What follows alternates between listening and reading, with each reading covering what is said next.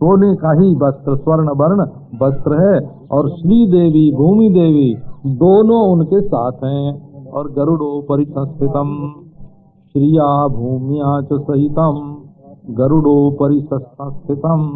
गरुड़ोपरि का अर्थ होता है शब्द में भगवान रहते हैं। भगवान कहीं एक के हृदय में से निकल के दूसरे के हृदय में जाने के लिए भगवान शब्द रूप गरुड़ का आधार लेते हैं।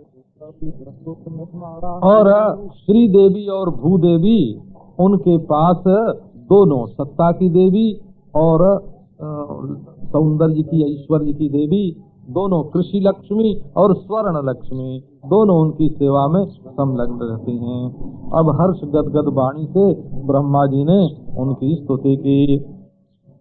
नतोस्मिते पदम देव प्राण बुद्धीन्द्रियात्मभिः यच्चिन्त्यते कर्म पासाद हृदि नित्यम मुमुक्षुभिः मायया गुणमय्या त्वं सृजस्य वसिलुम्पसि जगत्ते नते लेपो आनंदानुभवात्मनः। ये श्रीमद् भागवत में ब्रह्मा आदि ने जैसी स्तुति की है उससे मिलती जुलती है। नतोस्मिते देव पदारविंदम 11वें स्कंध में कैसे का प्राणेन्द्रिय आत्मा बुद्धि के द्वारा नमस्कार कैसे करना। बोले पालागी महाराज चलते चलते ठोक दिया, पालागी महाराज, तो ऐसे नहीं होता प्रणाम। प्रणाम होता है प्राण से, बुद्धि से, इंद्रिय से और मन से, चारों का नाम है प्राण बुद्धि इंद्रियात्म भी। हाथ जोड़ने से ही प्रणाम नहीं हो जाता, मन से प्रणाम होता है, और मन से जो प्रणाम होता है उसमें महत्व बुद्धि से होता है, और महत्व बुद्धि से होता तो है स्वाभाविक होता है। प्राण का अर्थ है स्वाभाविक। किसी भी अपने से बड़े पुरुष को जब देखते हैं और न उठें उसको देख करके और हाथ न जोड़ें तो क्या हुआ उसमें? बोले हुआ ये कि तुम आलसी आदमी हो, आगे कोई काम नहीं कर सकते। बिल्कुल स्पष्ट निकल आया। जो अपने से बड़े को देखकर और हिलता डोलता नहीं है तो वो तो बहुत आलसी है, वो आगे जिंदगी में कौन सा काम करेगा।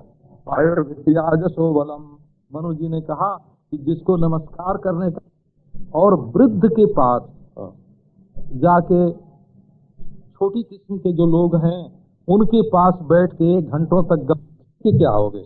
तुम्हें तो सिखाने की आदत पड़ गई है, उनसे सीख के क्या होगे, छोटेपन की बात सीख क्या होगे। बस अपने से छोटी किस्म के लोगों से, अपने से छोटों को उपदेश देते रहते हैं। बस से बिना अपने से बड़े बूढ़े के पास बैठेंगे तो वहां तो कुछ सीखने को मिलेगा ना। तो अभिवादनशीलस्य नित्यम वृद्धोपसेविनः चत्वारि तस्य वर्धन्ते आयुर्विद्या जसो बलम। आयु, विद्या, जस, बल, इन चारों की वृद्धि होती है बड़े बूढ़ों की सेवा करने से। तो मनुष्य को नमस्कार करने का अभ्यास होना चाहिए हो। नमस्कार से ममता अहंकार ये दोनों मिट जाते हैं। अब तो ब्रह्मा जी ने स्तुति की, हम तुम्हारे चरणों में हैं। जो लोग कर्म बंधन से मुक्त होना चाहते हैं वो नित्य आपका चिंतन करते हैं अपने हृदय में। अपनी माया से ही तुम सृष्टि स्थिति प्रलय करते हो और स्वयं आनंदानुभवात्मा हो। आनंदानुभवात्मना तथा शुद्धिर न दुष्टानाम दानाध्ययन कर्म भी, ये भी वही है भागवत में। ये जिन लोगों का मन दुष्ट है, मोह कपट छल छिद्र भाव निर्मल मन जन सो मोहि पावा, जिन लोगों के हृदय में दुष्टता भरी है वो चाहे जितना भी दान करें, जितना भी अध्ययन करें, जितना भी काम करें, उनका हृदय शुद्ध नहीं होगा। हृदय तो शुद्ध तब होगा जब भगवान के यश में श्रद्धा भक्ति का उदय होगा। ये भी वही है। अतस्तवांघ्रिर में दृष्टश्चित्त दोषापनुत्तये सद्योंतर हृदय नित्यम मुनि सात्वतैर्वृता। ये सब चित्त के दोषों का निवारण करने के लिए मैंने आज आपके चरण कमलों का दर्शन किया है। बड़े बड़े सात्वत वैष्णवजन, बड़े बड़े ऋषि मुनि अपने हृदय में आपका ध्यान करते हैं और बड़े अपने स्वार्थ की सिद्धि के लिए हम सब ब्रह्मा आदि हमेशा से आपकी सेवा करते आए हैं। ज्ञानी लोग आपकी सेवा जो करते हैं वो अपने हृदय में अपरोक्ष साक्षात्कार होने के लिए। एक भगवान तो प्रत्यक्ष हो रहे हैं, ये जगत के रूप में भगवान ही है, दूसरा कोई नहीं है। 100 कसम खा के इस बात का निश्चय कर लो कि जो तुम्हारे सामने ये संसार मालूम पड़ रहा है ये परमेश्वर का ही स्वरूप है, इसमें न कुछ बुरा न कुछ भला। और यदि चाहो कि हम राग द्वेष इससे करेंगे भी तब भी राग द्वेष नहीं करोगे। सोते समय राग द्वेष कहाँ जाता है? बह तो जाता है ना। नहीं, राग द्वेष बना रहे तो कोई नींद लेगा? नींद ही नहीं आवेगी। सपने कैसे आवेंगे राग द्वेष बना रहे तो? दूसरे की याद कैसे आवेगी जागते में? तो ये राग द्वेष आदि ये सब झूठे खेल हैं और भ्रम से मालूम पड़ते हैं कि अभी आए और हमारे हृदय में टिक गए। तो प्रत्यक्ष रूप से भगवान का अनुभव करना कि सब परमात्मा है, परोक्ष रूप से विश्वास करना कि वो आकाश के समान व्यापक है, वैकुंठ गोलोक आदि में रहता है, वो परोक्ष रूप हुआ। और अपरोक्ष के रूप में साक्षात अपरोक्ष आत्मा के रूप में परमात्मा है। ज्ञानी लोग ऐसा अनुभव करते हैं। तो तुम्हारे चरणों की पूजा का जो निर्माल्य है तुलसी माला, उससे तो लक्ष्मी भी स्पर्धा करती है। भगवान के चरणों की माला लक्ष्मी के लिए भी दुर्लभ है। इसलिए आपके चरण कमलों के जो भक्त हैं उनके लिए तुम्हारी भक्ति लक्ष्मी से भी बड़ी है।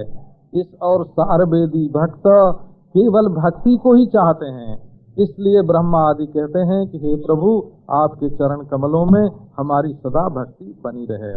जो लोग संसार के रोग से जल रहे हैं उनके लिए एक ही दवा है, भगवान की भक्ति। जब ब्रह्मा जी ने इस तरह से कहा, महाराज देखो पहले शंकर जी का वर्णन आया, अब ब्रह्मा जी को भी ले लिया और विष्णु भगवान स्वयं प्रकट ही हैं, बोल ही रहे हैं और राम भी बोल रहे हैं। अब भगवान ने कहा कि ब्रह्मा जी तुम क्या चाहते हो, किं करोमीति, तुम जो कहो सो करने के लिए हम तैयार हैं। इस पर ब्रह्मा जी बड़े प्रसन्न हुए और बोले कि हे भगवान, एक पुलस्त्य ऋषि के पुत्र विश्रवा का पुत्र है, उसका नाम है रावण। भगवन रावणो नाम पौलस्त्य तनयो महान। पुलस्त्य के पुत्र विश्रवा का पुत्र एक बड़ा प्रसिद्ध रावण नाम का राक्षसाधिपति है और मैंने उसको वर दिया, इससे उसको हो गया घमंड। असल में जो संसार के विषयों को प्राप्त करके कि हमारे पास ये है, हमारे पास ये है, सुखी होता है ना, हर्षित होता है। हृष्टो दृप्यति दृप्तो धर्मम अतिक्रामति। वेद भगवान कहते हैं कि जो संसार के विषयों को प्राप्त करके हृष्ट होता है, हर्षित होता है, आहा हमारे बराबर और कौन है, उसको दर्प हो जाता है। और दृप्तो धर्मम अतिक्रामति, जहाँ घमंड हुआ वहाँ धर्म का अतिक्रमण होता है। हमारा कोई क्या करेगा, अब सैया भय कोतवाल, अब डर काहे का, और मोरे सैया भय कोतवाल, अब डर काहे का। तो जब निडर हो जाता है आदमी तब बुरे बुरे काम करने लगता है। तो ये अभिमान जो है ना, पैसे का अभिमान हो तो हजारों रुपया लाखों रुपया बुरे मार्ग में फेंक देंगे, हमारा कोई क्या करेगा, हमारी चीज है हम फेंकते हैं। तो अभिमान ही असल में, बल का अभिमान होगा तो कमजोर को पीट देंगे। तो ये असल में अभिमान ही दुख देता है। तो ये राक्षसा नाम अधिपतिर मद्दत्त वरदर्पिता, ब्रह्मा जी ने वरदान दिया और ये दृप्त हो गया, बड़ा भारी घमंडी। तो त्रिलोकीम लोकपालाश्च बाधते विश्व बाधकः, सारी दुनिया को दुख पहुंचाता है, लोकपालों को दुख पहुंचाता है, त्रिलोकी को दुख पहुंचाता है। तो ब्रह्मा जी तुम हमारे पास क्यों आए हो, तुम्हारा ही दिया हुआ तो वर है। बोले महाराज मैंने उसको ये वर दे दिया कि मनुष्य के हाथ से तुम्हारी मृत्यु होगी। तो अब आप ही महाराज मनुष्य बनिए। ब्रह्मा जी तो मारने का काम नहीं करते हैं, ये तो बाप है ना सबके, सबके बाप हैं, इसलिए मारने का काम ब्रह्मा जी अपने हाथ से नहीं करते। और बोले कि भाई शंकर जी तो सबको मारते हैं, तो मारते तो हैं पर मूडी हैं बोला। हाँ, जब प्रलय का समय होगा, जब उनको सूझेगी कि अब मारें तब मारेंगे, बीच में उनको मारने की कुछ पड़ी नहीं है। ये मूडी लोग भी बड़े विचित्र होते हैं।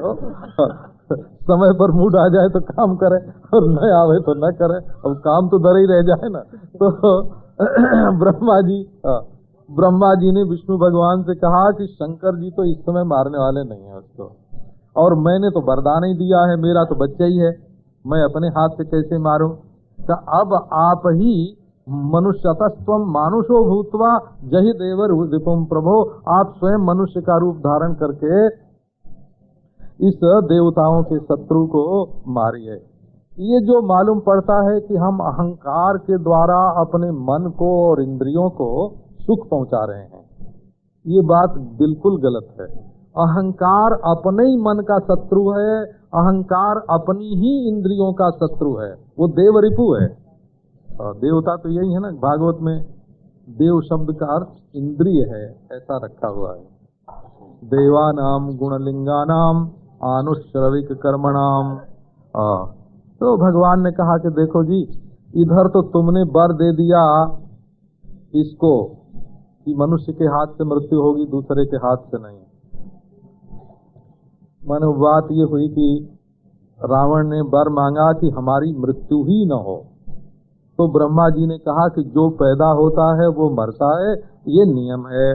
जो बरा सो बुताना, जो फरा सो झरा, जो बरा सो बुताना, जन्यम तदनित्यम, जो जन्म लेगा वो जरूर मर जाएगा। तो ऐसा वर तो हम नहीं दे सकते कि तुम न मरो, कोई न कोई निमित्त तो बाकी छोड़ना पड़ेगा। तो उसने कहा कि ये नर बानर जो हैं, और ये तो घास फूस हैं, हमारे खाने की चीज, इनको छोड़ करके महाराज हम इनके लिए वर ही नहीं मांगते, जाओ। इनके लिए क्या वर मांगना कि ये हमको न मारें। अब देखो नर बानर को अपने से छोटा तुच्छ समझ के और उनका उसने तिरस्कार किया, तो नर ही बानर मारने के लिए आ गए। मनुष्य जिसका तिरस्कार करता है, ये उपनिषद में एक बड़ी श्रुति है, ब्रह्म तम परादात यो नेत्रात्मनो ब्रह्म वेद, क्षत्रम तम परादात जो नेत्रात्मन क्षत्रम वेद।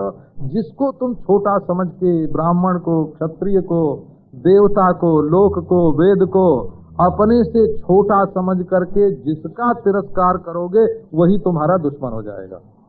ब्रह्म तम परादात जो नेत्रात्मनो ब्रह्म वेद। किसी को भी अपने से तुच्छ समझ करके और उसका तिरस्कार नहीं करना चाहिए, नहीं तो महाराज चींटी भी हाथी को मार डालती है। ऐसा सुनने में तो आया, मैंने देखा तो नहीं है, पर सुनने में आया है कि चींटी हाथी के सूंड में घुस जाती है और जब काटने लगती है सूंड में, तो हाथी पहले तो फुफकारता है, उसमें से सांस निकालने की कोशिश करता है, जब वो चिपक जाती है बिल्कुल तो सूंड पटकने लगता है, और पटकने से भी नहीं छोड़ती है वो, तो फिर स्वयं मर जाता है। एक चींटी भी हाथी को मार सकती है, उसका किसी को छोटा समझकर उसका तिरस्कार नहीं करना चाहिए। तो रावण ने मनुष्य नर बानर का तिरस्कार किया है, आप मनुष्य होकर के उसको मार। भगवान ने कहा ठीक है, तुमने तो रावण को वर दिया और हमने एक दूसरे ढंग का वर दे रखा है। कश्यपस्य वरो दत्तस् तपसा तोषितेन में। कश्यप को मैंने उनकी तपस्या से संतुष्ट होकर के वर दिया है। तो उन्होंने हमसे ये याचना की कि तुम हमारे पुत्र हो जाओ। कश्यप के पीछे की ओर तो भगवान रहते हैं, आप जानते हैं। कश्यप मरीचि के पुत्र हैं और मरीचि ब्रह्मा के पुत्र हैं और ब्रह्मा नारायण के पुत्र हैं। तो पिछली पीढ़ी में तो नारायण हैं और आंख के सामने का नहीं है, पीठ पर भगवान हैं, दिखाई नहीं पड़ते, लेकिन सामने आना चाहिए ना भगवान को। तो कश्यप जी ने ये वरदान मांगा कि आप हमारे सामने आ जाइए महाराज, पिछली पीढ़ी में मत रहिए, अगली पीढ़ी में बेटा बन जाइए। भगवान ने अंगीकार कर लिया। वो अब इस समय दशरथ होकर के पृथ्वी पर हैं और मैं विष्णु भगवान ने बताया कि मैं उन्हीं की पत्नी कौशल्या का पुत्र बनूंगा शुभ दिन में, अपने आप को 4 रूप में प्रकट करूंगा। असल में ये 4 रूप जो है ये भी उपनिषद ही है। ये जो मांडुक्य उपनिषद में वैश्वानर और तेजस और क्या नाम है प्राज्ञ और तुरीय, तो तुरीय राम है और प्राज्ञ भरत हैं और हिरण्यगर्भ तेजस ये लक्ष्मण हैं, वैश्वानर शत्रुघ्न हैं। ये चारों रूप इसीलिए गोस्वामी जी ने भी इसकी सूचना दे दी है। निज विभुन सह चार्यु अवस्था, अपने विभु के साथ ये चारों अवस्था प्रकट होती हैं। तो ये जो उपनिषद में 4 है, पंचरात्र वाले लोग जो हैं तांत्रिक लोग वो चतुर्व्यूह मानते हैं। वो तो वासुदेव, संकर्षण, प्रद्युम्न, अनिरुद्ध, ये इन चारों व्यूहों का वर्णन उपनिषदों में, आदि उपनिषदों में और वेद के मूल मंत्रों में ये चारों भेद नहीं मिलता है। ये पंचरात्र का भेद है और जो विश्व तेजस प्राज्ञ तुरीय है ये औपनिषद भेद है। ये चारों जो हैं ये प्रकट होते हैं। अच्छा, और जोग माया सीता ये जनक के घर में पैदा होगी और उसी के साथ मिल करके हम ये सारा संपादन करेंगे। अब विष्णु भगवान तो ये कह के अंतर्धान हो गए और ब्रह्मा ने देवताओं से कहा कि माने इसका अर्थ ये है कि देवता लोगों ने न विष्णु भगवान का दर्शन प्राप्त किया और न तो उनकी आवाजें सुनी। ब्रह्मा जी ने ही उनका दर्शन किया और ब्रह्मा जी ने ही उनकी आवाज सुनी। जहाँ अंतःकरण नहीं होगा वहाँ खाली इंद्रियां किस काम की। तो परमात्मा की भक्ति के लिए, प्रीति के लिए, दर्शन के लिए हृदय की आवश्यकता होती है। अब वर्णन करते हैं ब्रह्मा जी कि देवताओं, भगवान स्वयं रघुकुल में पैदा होंगे मनुष्य के रूप में और तुम लोग भी सब अपने अंश, कला आदि के रूप में वानरों में प्रकट हो जाओ और विष्णु की सहायता करो। असल में ये विष्णु भगवान तो जरा ज्यादा देर से राम के रूप में प्रकट हुए हो। ये वानर लोग तो राम से बहुत पहले, और कई वानरों के बारे में तो आता है जैसे हजारों बरस पहले, रामचंद्र के अवतार से हजारों बरस पहले ये पैदा हो गए थे। अब जाम्बवान आदि की जो उम्र है, जाम्बवान की उम्र को यदि हिसाब लगावें तो वो तो रामचंद्र से बहुत पहले आ गए हैं। ऐसे और भी अवतारों की बात है, हनुमान जी की भी बात है। तो ये आदेश देने के बाद नहीं आए। असल में ये बानर तो सब के सब प्रकट थे, देवताओं का उनमें आवेश हो गया, प्रवेश हो गया। कहीं ब्रह्मा जी आ गए, कहीं शंकर जी आ गए, इस तरह से, और बोले कि आओ विष्णु की सहायता करें। जो समष्टि करना चाहती है उसमें हम मदद करें। महात्मा लोगों का स्वभाव ऐसा ही होता है। एक महात्मा नाव पर यात्रा कर रहे थे तो नाव में छेद हो गया, पानी भरने लगा। तो मल्लाह जो हैं वो तो कोशिश करें कि पानी निकाल के फेंकें, और महात्मा जी ने अपना कमंडल नदी में डुबाया और एक कमंडल और पानी डाला। तो बोले ये क्या करते हो, क्या करते हो? अरे चलो, अब महाराज थोड़ी देर में छेद बंद हो गया नाव का और मल्लाहों ने पानी फेंकना शुरू किया और साफ करने लगे। तो वो भी लग गए, वो भी साफ करने लगे। क्या करते हो बाबा जी, नाव पहले डुबा रहे थे, अब नाव खाली कर रहे हो। बोले बाबा देखो, जब ईश्वर इसमें पानी भर रहा था तब मैं भी भर रहा था। अब ईश्वर खाली कर रहा है तो हम खाली कर रहे हैं। हम ईश्वर के नौकर हैं। जैसा हो रहा है, दोनों हाथ उठा हुआ है ना, यहाँ यों भी वाह वाह है, यहाँ यों भी वाह वाह है। ईश्वर के काम में नुक्ताचीनी करना अपना काम है। अब तो महाराज देवताओं को उन्होंने आदेश दिया कि तुम लोग धरती पर जाओ। ब्रह्मा जी ब्रह्मलोक में चले गए और वहां जाकर निश्चिंत रहने लगे।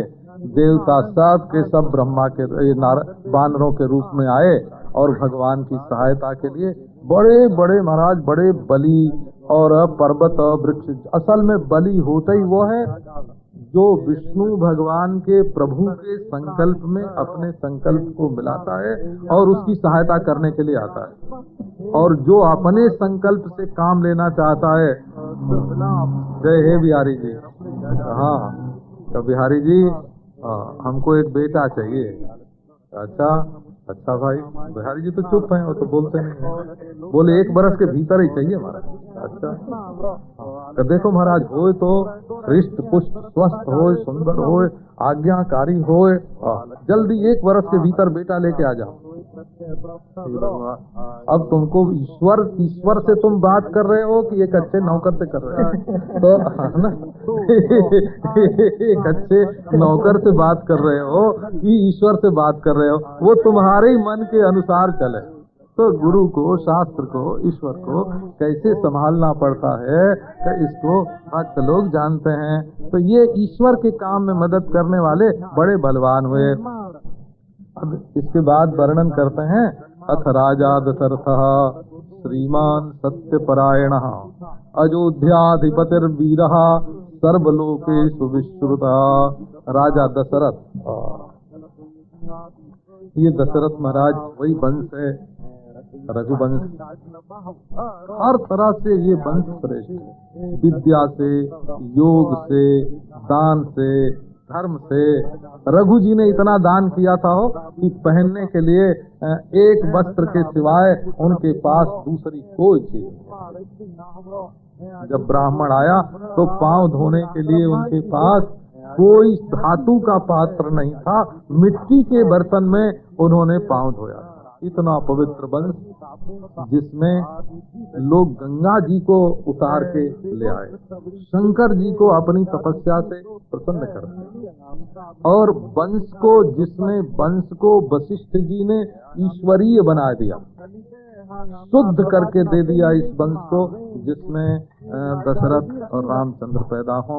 वो वंश, अब उनके कोई संतान नहीं थी, तो महाराज गुरु जी के पास गए और उनको नमस्कार करके कहा, महाराज हमको एक नहीं अनेक पुत्र चाहिए, और वे सब के सब सद्गुणी हों, क्योंकि हमारे पास राज्य तो बहुत बड़ा है, परंतु पुत्र न होने से उससे दुख हो रहा है। वशिष्ठ जी ने कहा, ये जी हमको तो भविष्य दिख रहा है। ब्रह्मा जी ने भगवान विष्णु को तैयार किया था, अब इधर वशिष्ठ जी, ब्रह्मा जी के पुत्र वशिष्ठ जी दशरथ को तैयार कर रहे हैं। बोले तुम्हारे कई 4 पुत्र होंगे तुम्हारे, और बड़े बलवान होंगे, सत्व संपन्न, लोकपाल के समान।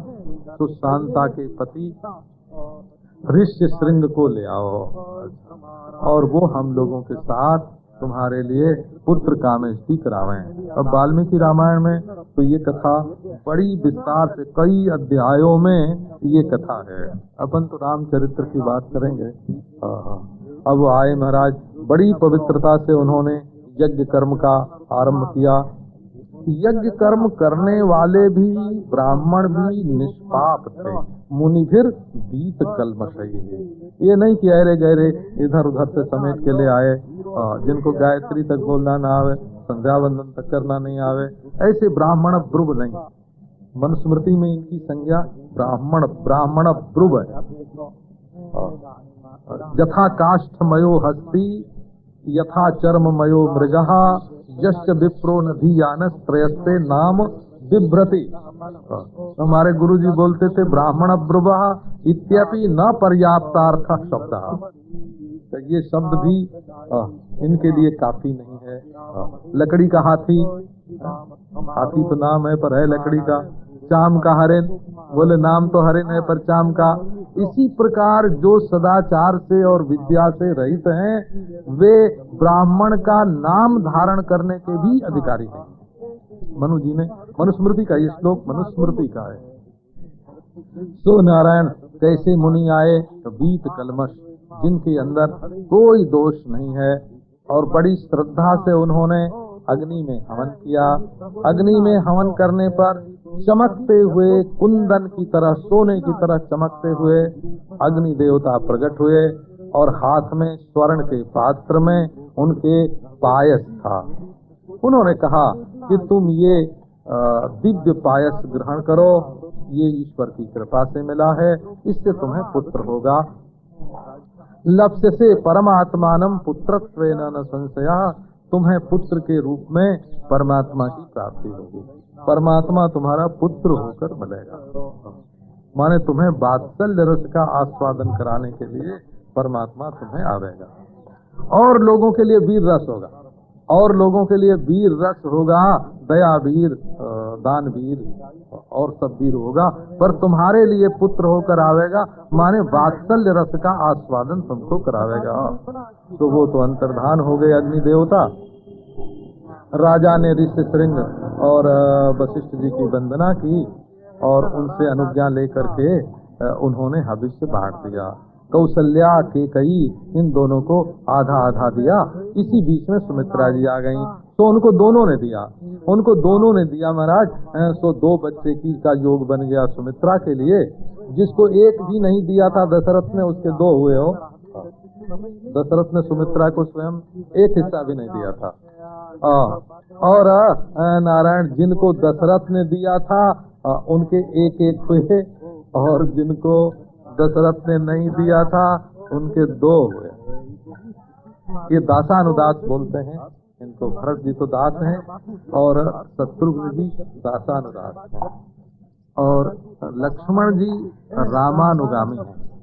ये तो लक्ष्म हैं भगवान के। लक्ष्म माने चिन्ह, लक्षण। जहाँ लक्ष्मण वहाँ राम। अगर मालूम पड़ जाए कि यहाँ लक्ष्मण जी हैं तो वहाँ राम जी बिल्कुल मिल गए।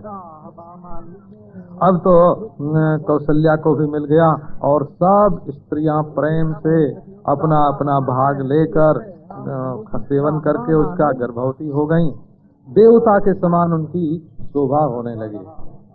10वें मासी कौशल्या सुशुभे पुत्र मद्भुतम मधुमासे शीते पक्षे नवम्याम कर्कटे शुभे पुनर्वसुरिक्ष सहिते उच्चस्थे ग्रह पंचके मेषम पूषण संप्राप्ते पुष्प वृष्टि समाकुले।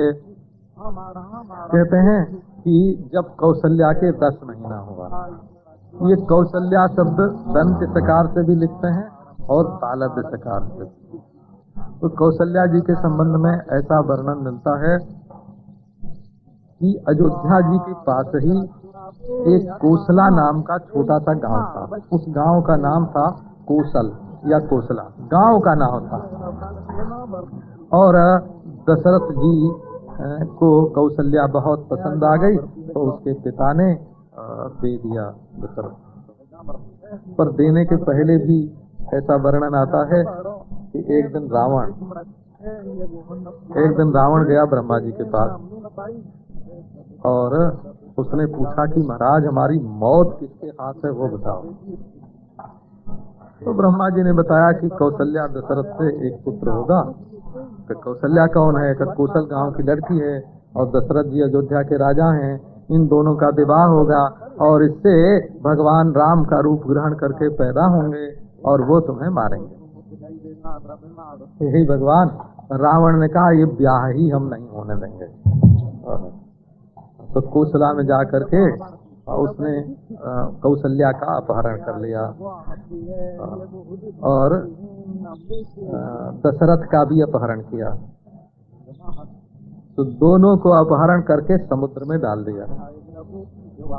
एक पेटी में कौशल्या जी बहती हुई। रावण ने एक बहुत बड़े मत्स्य के जिम्मे कर दिया था कि तुम इसकी रखवाली करना। तो एक बहुत बड़ा मत्स्य आया, दोनों आपस में लड़ने लगे। पेटी उसके मुंह से छूट गई और वो बह के गई। अब कई दिनों के बाद रावण आया और बोला ब्रह्मा जी से, महाराज अब हमारी मौत किसके हाथ है वो बताओ। अरे भाई तो तुम्हारी बता ही चुका हूँ, कौशल्या दशरथ के बेटे से होगी। तो उनकी तो मर गए, दोनों को मैंने समुद्र में डाल दिया। बोले मरे नहीं, दोनों का ब्याह हो गया। तो हुआ क्या था कि जब पेटी बहती हुई समुद्र में से एक जगह आके रेती पर लगी, तो मछुए ने उस पेटी को खोल दिया। तो एक पेटी में से निकल आए दशरथ और एक में से कौशल्या, दोनों जिंदा थे। और ब्रह्मा जी वहाँ आए, दोनों का विवाह करा दिया। ये दोनों का विवाह करा दिया। और ब्रह्मा जी ब्याह करके जब गए तब रावण ने आके पूछा कि महाराज क्या हुआ? बोले उनका तो ब्याह हो गया। बोले अब क्या करेंगे? तो ये इस तरह से भिन्न भिन्न प्रकार की कथा आती हैं। तो कौशल गांव की लड़की होने से दंत सकार से कौशल्या बोलते हैं, और कुशल होने से कुशल बुद्धि में राम का जन्म होता है।